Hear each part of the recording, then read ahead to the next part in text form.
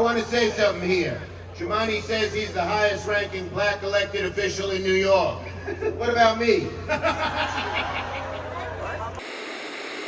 Former Arizona Governor Fife Symington, who was governor at the time of the Phoenix Lights incident, will be attending the International UFO Congress this year, a ufology conference. While at the time of the incident, he dismissed the idea that the lights over Phoenix could have an extraterrestrial origin. In his later remarks, he has described the lights as otherworldly. I've read a bit about him. Did he ever come out and just, I mean, I know you didn't do a deep dive into the story. I'm just trying to remember if he ever came out and said, oh yeah, I was lying at the time to keep people calm, or because people told me to, or. I don't, as far as I could discover, he never went so far as to say the men in black, told me to say this. Mm-hmm. Right. I think his story is I was skeptical and now I'm less skeptical, which, is a little suspicious. I suspect a little kind of suspicious.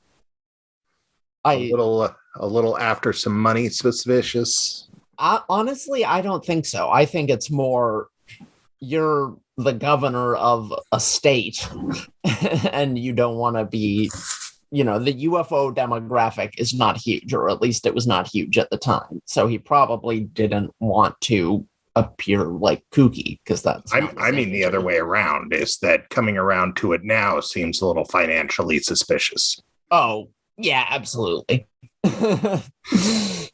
But I do have to say that the Phoenix Lights, as a skeptic myself, as he used to be, the Phoenix Lights were one of the ones that I was just all like, man, that's some stuff right there.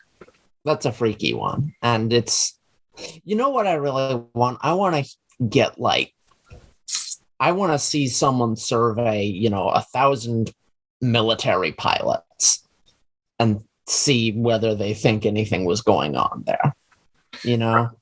Because on looking at videos and stuff, those are supposed to be flares. What? But also I don't know what flares look like or what any of this stuff is supposed to look like. So, I mean, it's perfectly possible. Yeah, you interview 1,000 military pilots and they're all like, yeah, those are flares, seen them 1,000 times. But if they're like, no, those aren't flares, then I could go with synced that's what drones. I really want. Yeah, I get you. I don't think I could go with flares from what I've seen.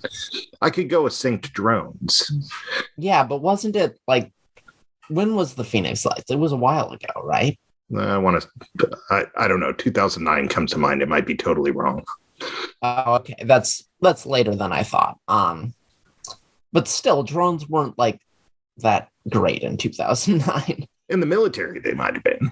Yeah, maybe in the military. That's true. We did have Predator drones. Because it did go from no drones or it went from no drones to highly expensive drones for 1 year to all of a sudden kids were getting Optimus Prime drones literally in their stockings because they were so small and cheap. It came quick when it came.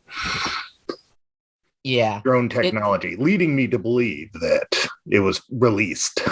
But I don't know. Maybe not.